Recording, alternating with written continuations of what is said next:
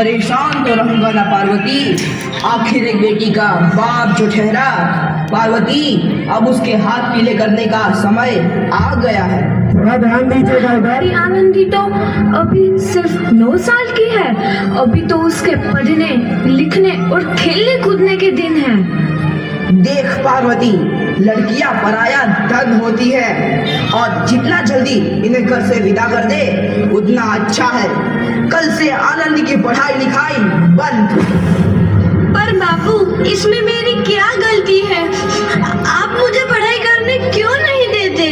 तेरी गलती है कि तू एक लड़की है। लड़का होती तो क्या बापू? लड़का होती तो क्या? ए लड़की, ज्यादा जबान ना चला, नहीं तो जबान हलक से खींचकर बाहर निकाल दूंगा। बापू, मैं पढ़ लिख कर कुछ बनना चाहती हूँ। मेरी पढ़ाई ना रोको बापू।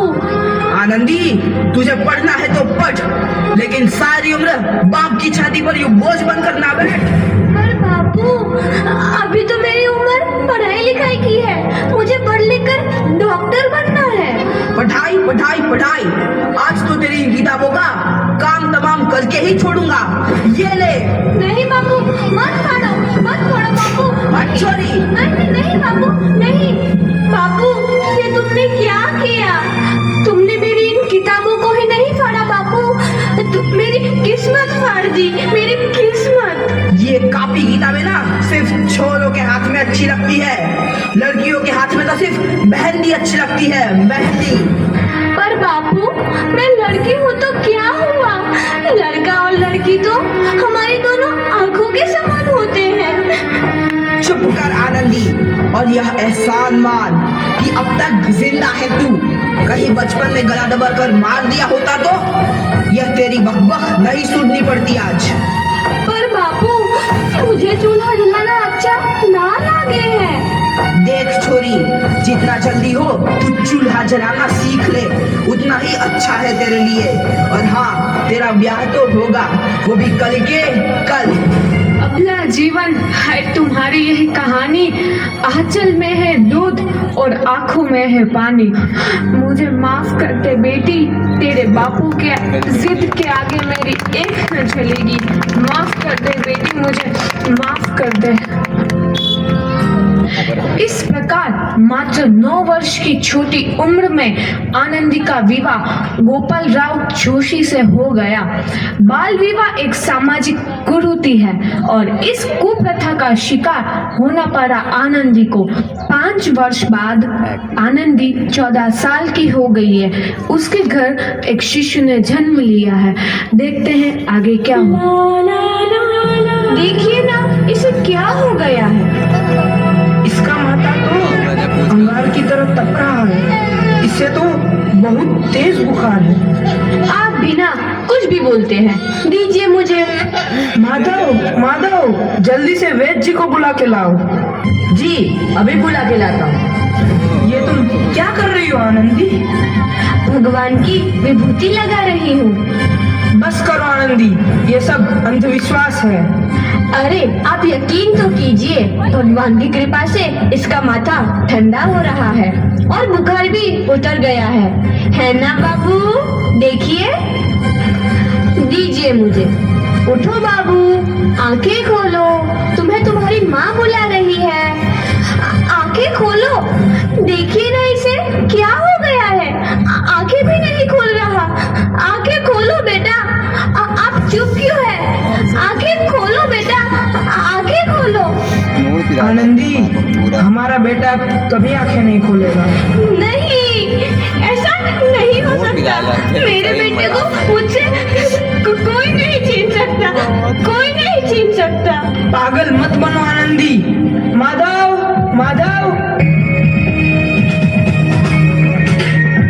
आनंदी, बंद करो ये पागलपन। भगवान ने मेरा बच्चा छीन लिया। भगवान ने नहीं, तुम्हारी अशिक्षा और अंधविश्वास ने तुम्हारा बच्चा छीना है। अगर तुम पढ़ी लिखी होती तो आज हमारा शिशु जीवित होता।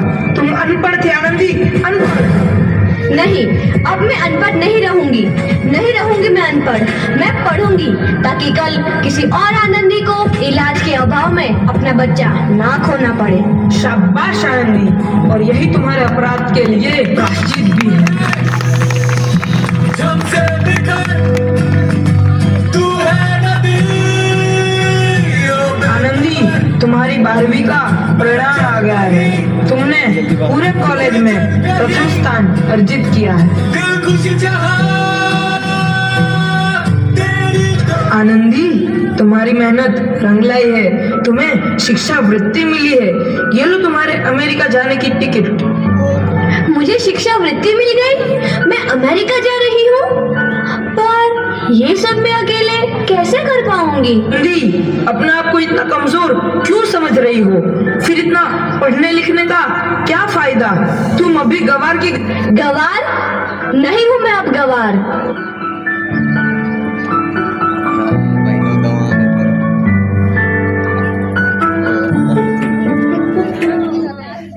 तो इस प्रकार 7 अप्रैल 1883 को आनंदी अमेरिका के पेंसिल्वेनिया के लिए रवाना हुई और 3 साल बाद उन्होंने डॉक्टर ऑफ मेडिसिन की उपाधि प्राप्त कर ली। इधर आनंदी के पिता की तबीयत बहुत खराब है।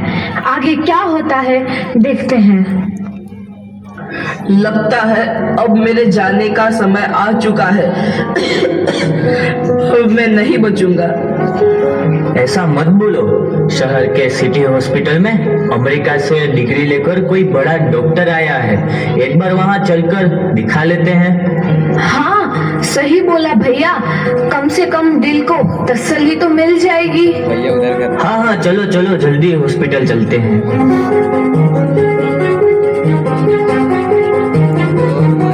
इस मरीज की हालत तो बहुत ही खराब है। कोई चमत्कार ही इसे बचा सकता है। ऐसा मत बोलो भाई। डॉक्टर साहब कब तक आ जाएंगे? लो आ गई डॉक्टर मैडम। डॉक्टर मैडम जल्दी देखिए, मरीज की हालत बहुत ही खराब है।